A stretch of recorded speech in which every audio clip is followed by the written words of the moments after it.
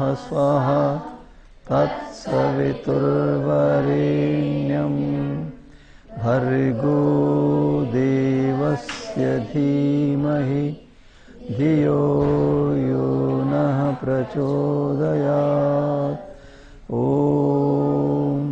सहना भवतु सहनौ भुनक्तु सह वीर्यं करवावहै तेजस्विनावधीतमस्तु मा विद्विषावहै।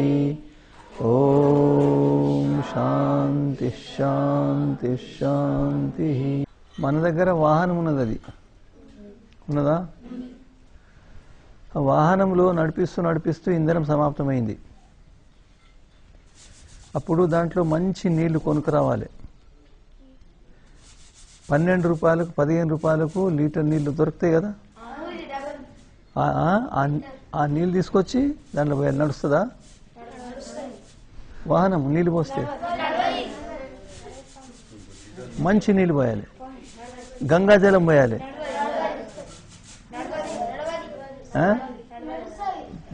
గాయత్రి మంత్రం 100 సార్లు చదువుదాం, నడుస్తుందా? లేకపోతే మనం మంచి మజ్జిగ పోద్దాం, మజ్జిగ, పెరుగు పోద్దాం, ఆవు నెయ్యి పోద్దాం. 1000 రూపాయలకు కిలో దొరికి ఆవు నెయ్యి పోసేద్దాం, 30 కిలోలు పోసేద్దాం. మరి ఏం పోయాలి?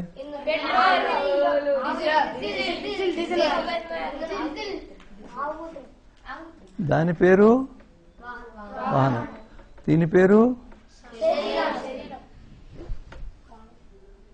అయోధ్య. దీని పేరేం పేరు? రెండో పేరేం పేరు? దేవపురం. అర్థమైంది? దీని పేరేం పేరు? అయోధ్య. దేవమందిరం. దీంట్లో ఏం పోయాలి నడవడానికి?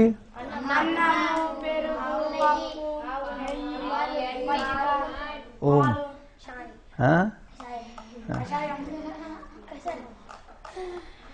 అర్థమైందా?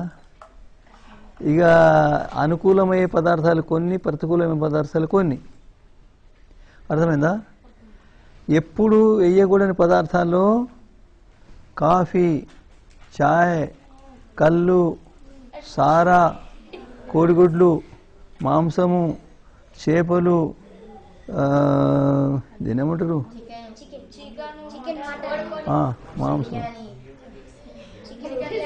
ఇవి దీంట్లో వేస్తే వినండి, ఈ యంత్రం ఏమవుతుంది? చెడిపోతుంది. ఎంత ప్రయత్నం చేసినా ఇది బాగుపడదు. అర్థమైందా? దాన్ని బాగు చేయడానికి వస్తువులు దొరుకుతాయి. ఒక వస్తువు 5 రూపాయలకు, ఒక వస్తువు 500 రూపాయలకు, ఒక వస్తువు 5000 రూపాయలకు దొరుకుతుంది. 10,000 రూపాయలు తీసుకొచ్చి చేసేస్తే నడుస్తుంది. దీన్ని బాగా లేకపోతే ఏమైనా చేస్తే దొరుకుతుంది ఎక్కడ? గుండె దొరుకుతుంది ఎక్కడైనా? ఇది తీసేస్తే కొత్తది పెట్టుకుందాం. ఈ పండ్లు ఉడగొట్టి కొత్తవి పెట్టుకుందాం.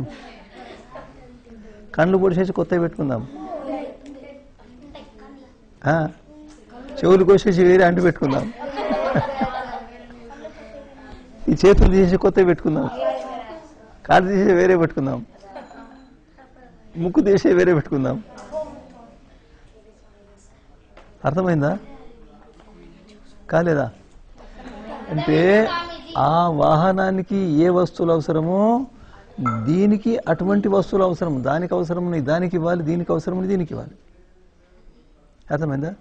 పెట్రోల్ మీరు తాగండి, అన్నం దానికి ఇద్దాం.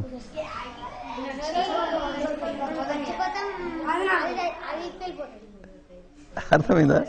మరి మీరు దీన్ని ఏమనుకున్నారు? ఆ వాహనం ఎంతకు వస్తుంది? 5, 10 ఎందుకు వస్తుంది? 10, 11. ఇది కోట్లకు రాదు, పాటలకు రాదు. నేను చెప్తాను వినండి. ఇటు ఇవో కొందరికి సంతానం లేనే లేదు. వాళ్ళు కామరీలో కొనుక్కోవాలంటే పిల్లలు దొరుకుతారా?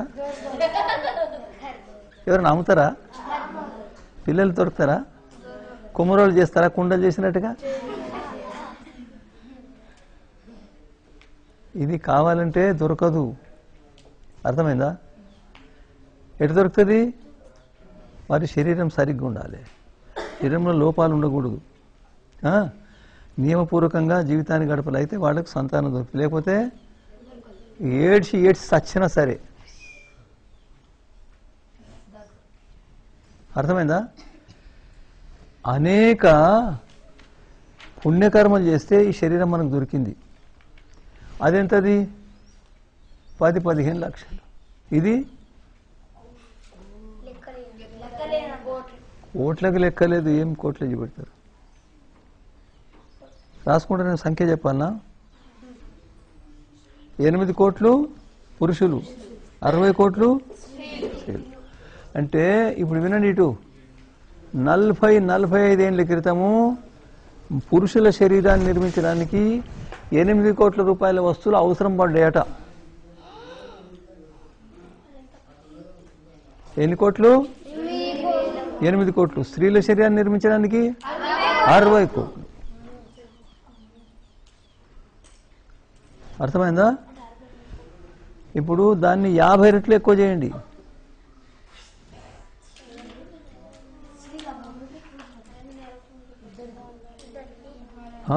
50 రెట్లు పెరిగింది ధర.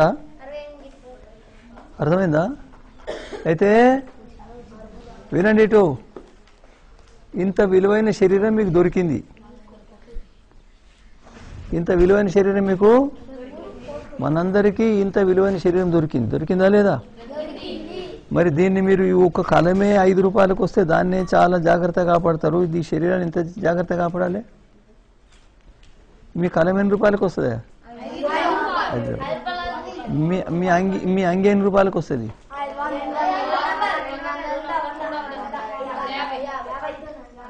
శరీరము 6 కోట్లు గుణితము 50.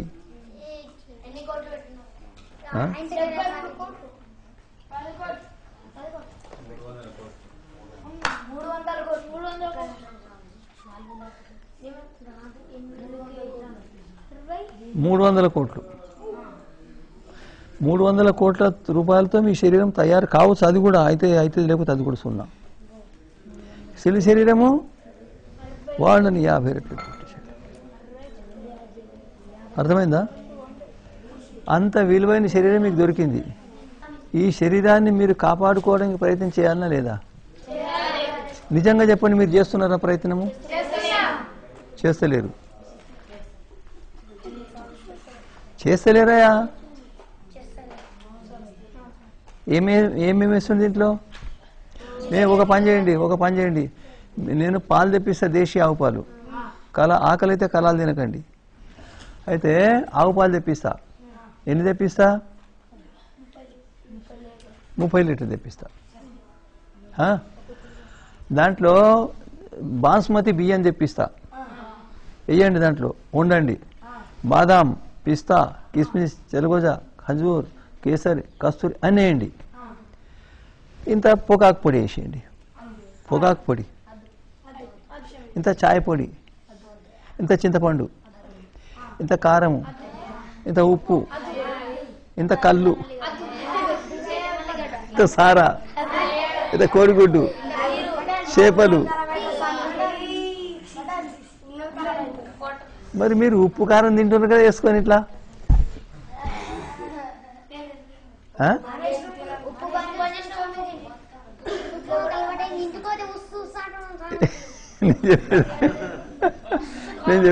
నేను చెప్పేది, మీరు మీ ఆరోగ్యాన్ని ప్రేమిస్తున్నారా లేదా చూడండి. వినండి, మీరు మీ ఆరోగ్యాన్ని ప్రేమిస్తున్నారా లేదా పరీక్షించండి.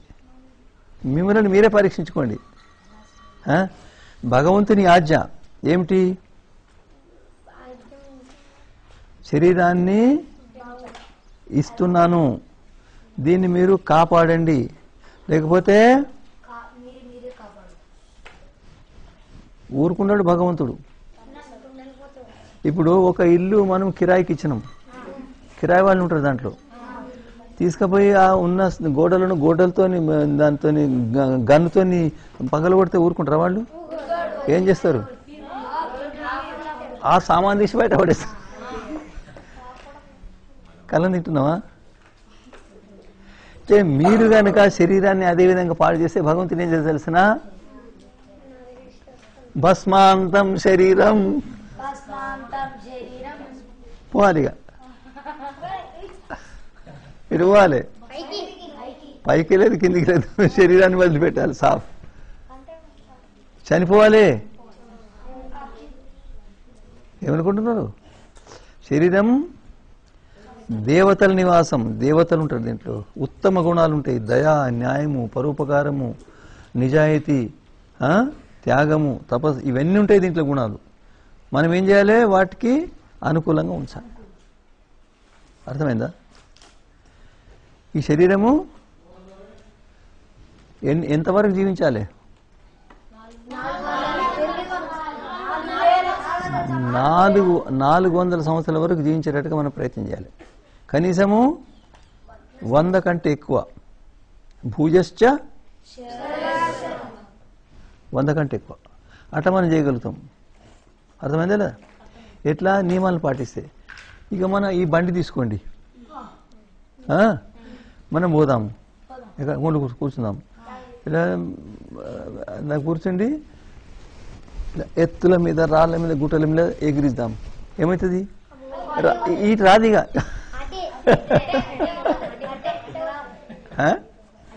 మరి మీరు శరీరాన్ని గట్ల చేస్తుంటే అది చేస్తున్నారు మీరు ఓసారి కడుపునొచ్చే ఓసారి తలనొచ్చే ఓసారి కన్నునొచ్చే ఓసారి ముక్కునొచ్చే ఓసారి ఏమిటిదే అది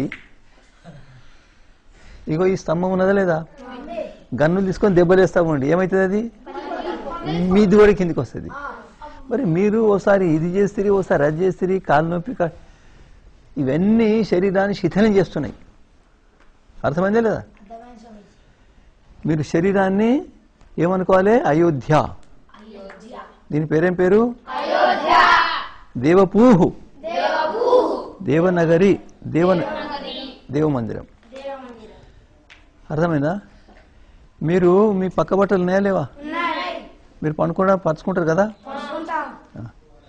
ఇంత అక్కడ మూరిలోకి వెళ్ళి మూరు తెచ్చి పెట్టేసేయండి ఇంకా నీ రాళ్ళు తీసుకుపోండి ఉంటుందా మరి మీరు ఏం తింటున్నారు ఏం చేస్తున్నారు ఎక్కడ ఏం చేస్తున్నారు అర్థమైందా మీరు సకాలానికి సరి అయిన భోజనం చేయాలి ఈ ఆరోగ్యానికి ఎన్ని స్తంభాలున్నాయి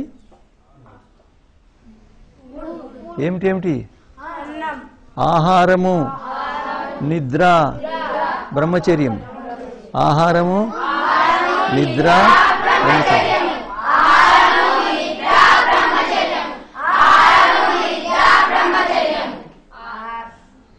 వీటిని సరిగ్గా తెలుసుకోవాలి తెలుసుకొని సరిగ్గా ఉపయోగించుకోవాలి ఆహారం తెలుసుకోకపోతే ఏమవుతుంది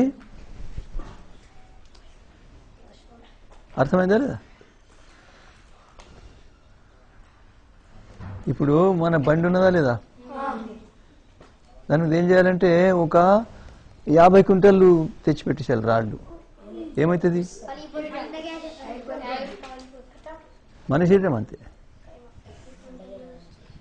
జఠరాగి ఉన్నదా లేదా ఏం చేస్తారు మీరు ఎండాకాలంలో నీళ్ళు తాగుతారా లేదా ఏమిటి మనసు ఆయన వేసేస్తారు పెండ్లికి పోతే ఆయన నెత్తి వేసేస్తారు ఇంత దొడ్డు తాగాలి వేస్తారా లేదా ఏమవుతుంది దాంతో జఠరాగిని చల్లబడిపోతాయి ఇప్పుడు కట్టెలు పెట్టి వంట వండుతారా లేదా పొయ్యి చేసి అది నీళ్ళు పోయాలి మరి ఇంట్లో నీళ్ళు పోస్తే సమాప్తి అందులో లోపల మీ భోజనం పోతుంది అంతా కూలిపోతుంది వాసన పురుగులు పడతాయి స్వామీజీ అంటారు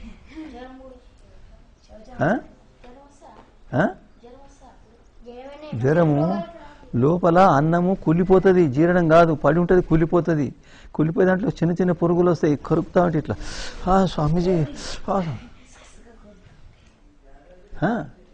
రోగాలు వస్తాయి దెబ్బ కొడుతుంది ఇటు ఆరోగ్యాన్ని జాగ్రత్త కాపాడుకో ఆరోగ్యమే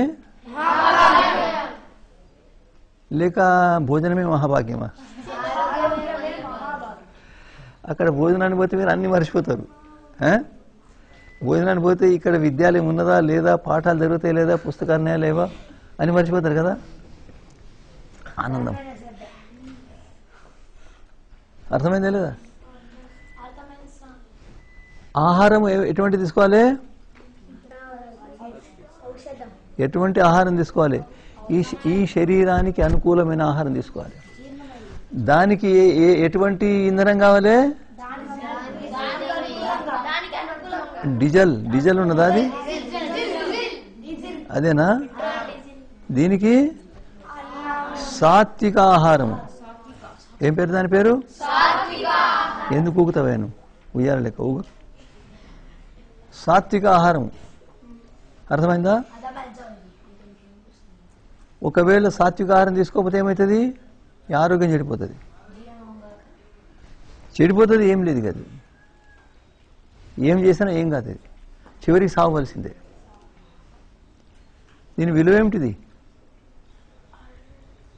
ఆరోగ్యం సరిగా లేనప్పుడు మీ ప్రపంచం అంతా వ్యర్థమే. అర్థమైందా లేదా? ఆరోగ్యం ఉంటేనే ప్రపంచం, ఆరోగ్యం లేకపోతే ప్రపంచం. శరీరం ఉంటే ప్రపంచం, శరీరం లేకపోతే లేదు. కాబట్టి శరీరాన్ని చాలా జాగ్రత్తగా కాపాడుకోవాలి. దానికి 3 స్తంభాలు ఏమిటి? ఆహారం అంటే ఈ శరీరానికి ఏది అవసరం అదే బ్రహ్మచర్యం, ఇదే ఆహారం. ఏది అవసరం తెలుసునా మీకు? ఈ ఉప్పు, కారము, చింతపండు ఇవి ఎప్పుడు అవసరం లేదు. ఈ నూనె కూడా ఎప్పుడు అవసరం లేదు. ఇష్టం ఉంటే నూనె తాగండి, మీ ఇష్టం, అది మీ వేరే సంగతి. మిరియాల పొడి బుక్కండి, ఎర్రకారం పొడి బుక్కండి, మీ ఇష్టం. ఉప్పు తీయనంటే శరీరానికి అవసరం లేదు. అర్థమైందా? ఒక పని చేయండి, ఉప్పు ఉంటుందా? ఉప్పు తెచ్చి ఒక సంచిలో పెట్టేసేయండి. సంచిలో పెట్టిన తర్వాత ఏమవుతుంది? ఏడాది తర్వాత ఏమవుతుంది? సంచి ఇలా ఉప్పు పోతే అది కరగదా? మిలమిల కరిగిపోతుంది. 50 ఏళ్ళకే తాత అయిపోతాడు, 30 ఏళ్ళకే సున్నా అవుతారా లేదా? ఉప్పు తింటే బ్రహ్మచర్యానికి కీడు. ఉప్పు ఏం చేసంటే బ్రహ్మచర్యాన్ని వాళ్ళు కుందేలు పట్టుకుంటే తెలుసునా? పుష్ పుష్ అనుకుంటూ పోతారు. అదేవిధంగా ఉప్పు బ్రహ్మచర్యాన్ని పట్టుకొని నాశనం చేసేస్తుంది. బ్రహ్మచర్యాన్ని పట్టుకొచ్చి నాశనం చేసేస్తుంది ఉప్పు. అర్థమైంది కదా? ఇక తర్వాత అనేక పదార్థాలున్నాయి. ఈ కారం ఏం చేస్తుంది? మీకు సందేహం ఉంటే కారాన్ని కొద్దిగా నూరి కండ్లలో పెట్టుకోండి. పెట్టుకోరా? మరి కడుపులో ఎందుకు పెట్టుకుంటారు? కాలిపోదా? నీకు తెలుసునా? అది ఎక్కడికి అట్లే అదే పనిచేస్తుంది. అర్థమైందా లేదా? ఇవన్నీ పదార్థాలు వాటి స్వభావాన్ని వదిలిపెట్టవు. కారం ఏం చేస్తుంది? కాదు. లేకపోతే పని చేయండి, కారం నూరి ఇక్కడ పెట్టుకోండి గంట సేపు. మరి లోపల మండదా? కనిపించడం లేదు. మండి దాన్ని సమాప్తం చేస్తుంది. అప్పుడే తాతలు ముసలు అవుతారు. నేను 40 ఏళ్ళు, 40 ఏళ్ళకి తాతలు అయిపోతారు. అర్థమైందా? అర్థం కాలేదా? మరి మీరు ఉప్పు ఎందుకు తింటున్నారు? మీకు తెలిసిపోయింది కదా. దేని కొరకు? శరీరాన్ని కరగొట్టడానికి. కరిగిపోతుంది శరీరం మెల్లమెల్ల. కారము అంతే, చింతపండు అంతే.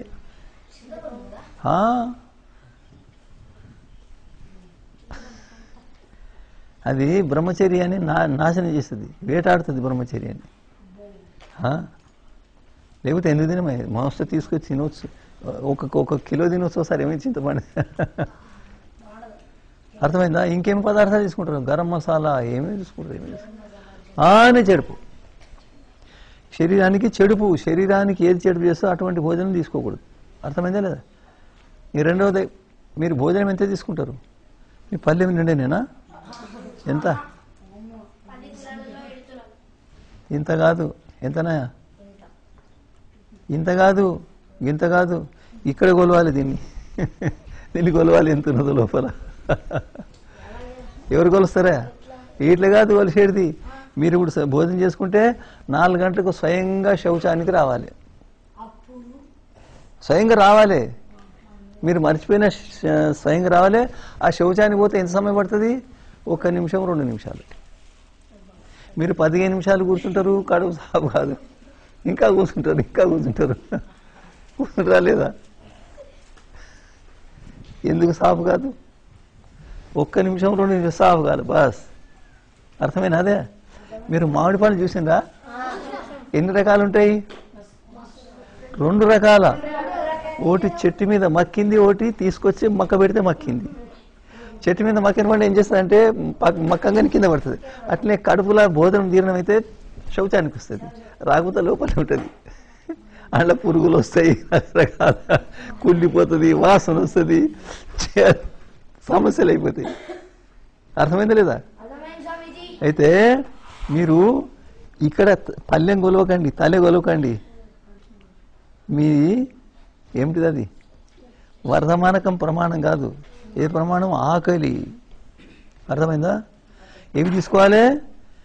మన శరీరానికి అనుకూలమైనవి. అర్థమైందా లేదా? తర్వాత సరిగ్గా పరిపాకమైనది తీసుకోవాలి. మాడిపోయినది తీసుకోకూడదు, సరిగ్గా ఉడకని తీసుకోకూడదు. అర్థమైందా? కుళ్ళిపోయినది తీసుకోకూడదు. మీరు టీ పెట్టు. బాసి అంటారా?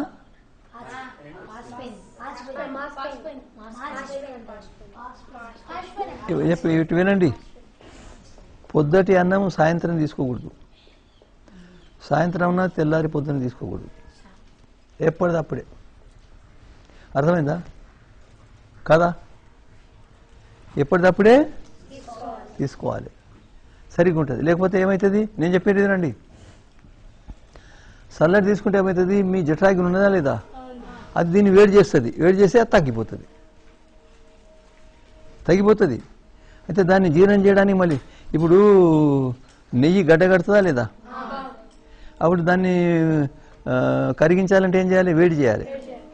మరి ఈ భోజనం చల్లగా అయిన దాన్ని వేడి చేయడానికి ఎక్కడికి వెళ్ళి జఠరాగ్ని ఇక్కడికి వెళ్ళి వస్తుందా లేదా? తెలిసాను. రెండోది, చల్లటి భోజనం చేస్తే నిద్ర వస్తుంది, నిశ్చితంగా నిద్ర వస్తుంది, ఆ రుచిలో మార్పు వస్తుంది. మనము భోజనం చేసేటప్పుడు పొద్దుంటి వంట పొద్దున, సాయంత్రం వంట సాయంత్రం అంతే. ఇక అమెరికా వాళ్ళు ఉన్న ఎట్లా ఉందో మీకు తెలిసిన, ఇవాళ వంట చేసుకుంటే 3 దినాలు ఉంచుకుంటారు.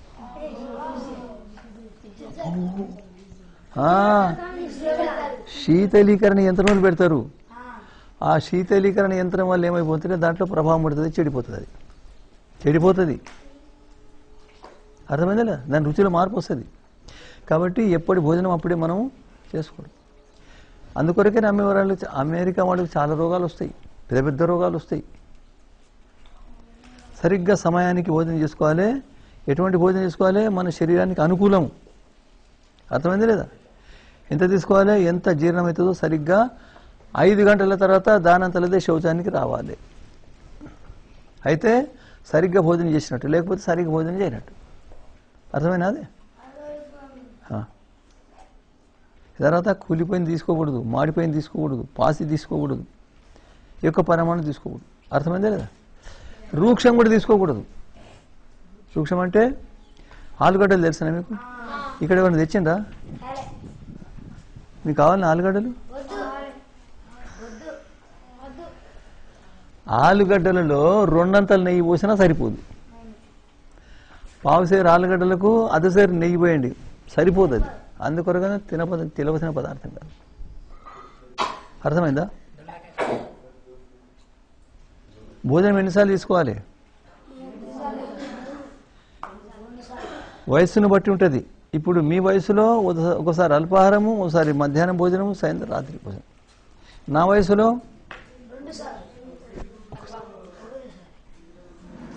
ఒకసారి 2 రొట్టెలు పొద్దున, సాయంకాలం పండ్లు, చాలు. 50 ఏళ్ళయింది నేను సామాన్యంగా, మధ్యలో ఎప్పుడప్పుడు కాదు, సామాన్యంగా 50 ఏళ్ళ తర్వాత నేను రాత్రికి అన్నభాగం తీసుకోలేదు. 25 ఏళ్ళు అవుతుంది. ఇప్పుడు అవసరమైతే ఎప్పుడు తీసుకోండి. సరిగ్గా ఉన్నది నా స్వామీజీ గట్లే వాళ్ళు స్వామీజీ తీసుకోవాలి. అరే మీరు తీసుకొని మురుకులు అవుతాయి, ముసలోళ్ళు అయిపోతాయి, రోగాలు తెచ్చుకుంటారు. నేను తెచ్చుకోవాలి? మీరు మాంసే తీసుకుంటారు. ఎటుపోయినా భోజనం చేసేస్తాడు, భోజనం తీసుకో, భోజనం తీసుకో 3-4 సార్లు అంటే తీసుకోవాలన్నట. ఎందుకంటే తప్పు పడతారట వాళ్ళు తప్పు పడితే నష్టమవుతుంది. ఇలా అన్నం నింపుతా ఉంటే ఏం తప్పు. తింటారు 2-3 సార్లు అన్నాడు అన్నంగా తినొద్దా అంటే ఆ వాళ్ళని సంతోషపెడతాడు, శరీరాన్ని భగవంతుని అసంతోషపెడతాడు. భోజనం చేసే పద్ధతి ఎవరికి తెలియదు. వీళ్ళు భోజనం స్త్రీలు చేపిస్తారు కదా, ఇంకోటి తీసుకో ఇంకోటి తీసుకో ఇక్కడ తీసుకో ఇక్కడ. ఒక ఆయన ఉండేది, ఇక చాలు భోజనం అని చెప్పిండు. మళ్ళీ ఒకసారి తీసుకోమన్నాడు, ఒక చంపతి పోయి నేను అబద్ధం ఆడతా అనుకున్నావా? మొదలు చెప్పలేదా? మళ్ళీ అబద్ధం ఆడతా అనుకున్నా. ఒక ఆయన బజరంగ్, ఆయన పేరేం పేరు? గోరఖ్పూర్లను ప్రచారం మీద. అప్పుడు నా వయసు 32-33. అయితే నేను ఆయన రొట్టెలు తెచ్చి తీసుకున్నా. బాస్ చాలు అని చెప్పిన. ఇగో స్వామీజీ మెత్తగా కూడా తెచ్చి ఇంట్లో పెట్టిండు. అప్పుడు నేనేం చేయాలి? తినకపోతే బాధపడతాడు, అపానం అనుకో. తింటే ఆరోగ్యం చెడిపోదు. చేయి కట్టుకుని లేచేసిన రొట్టె అట్లా ఉన్నది, మళ్ళీ ఇక చూసింది మంచి కాదు. మనము వాళ్ళని సంతోషపెడతాము, భగవంతుని సంతోషపెట్టాము, ఆరోగ్యాన్ని చూడము. అయితే ఆరోగ్యం సరిగా ఉంటే మీ జీవితం, ఆరోగ్యం సరిగా లేకపోతే నానా రోగాలు, నానా ఇబ్బందులు, ఏ పని చేయలేరు. మందికి బరువు అయిపోతారు. ఆరోగ్యం చెడిపోతే ఇంకోటి కావాలన్నా లేదా పక్కన వాళ్ళు బిస్తర్ వేయాలి, భోజనం తేవాలి, మందులు తేవాలి, స్నానం చేయించాలి, వస్త్ర, ఇవన్నీ రకరకాలు ఉంటాయా లేదా? కాబట్టి ఏం చేయాలంటే ఆరోగ్యంగా ఉండాలి. ఆరోగ్యంగా ఉండే వ్యక్తి పాపము చేయడు. ఆరోగ్యం చెడగొట్టుకునే వ్యక్తి పాపము అప్పుల పాలైపోతాడు. మంది మీద అప్పులు, మంది రుణంలో బతుకుతాడు, మంది రుణంలో బతుకుతాడు. అంతేనా లేదా? కాబట్టి ఆహారమే ఏమన్నారు దాన్ని? ఆహారమే భాగ్యం, ఆరోగ్యమే అర్థమైందా? మీరు ఇదే విధంగా భోజనం చేస్తారా, లేక ఇది ఇక్కడ పాఠాన్ని ఇక్కడ వదిలిపెట్టిపోతారా? ఒక శిష్యుడు ఉండే, వింటున్నారా మీరు?